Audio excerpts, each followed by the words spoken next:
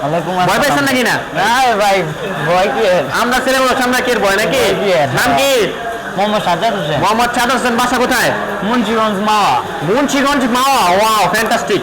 উনি আপনার কি হয়? আমার মামা। মামা। আর আপনি কি? ভাই কিনা ভাগিনা। মামা ভাগিনা কিন্তু মিলে এসে বসছে আমাদের সম্রাট ব্যাগের একটা ভাই। বুঝতে পেরেছেন এটা কিন্তু আমাদের কাছে কিনছেন না? হ্যাঁ ভাই, কি না আগে চালা চালা দেখছেন, ভালো লাগছে? পুরা 100 ভাই। 100 না? তো ব্যাগের যাবতীয় কাগজপত্র বুঝতে পাইছেন?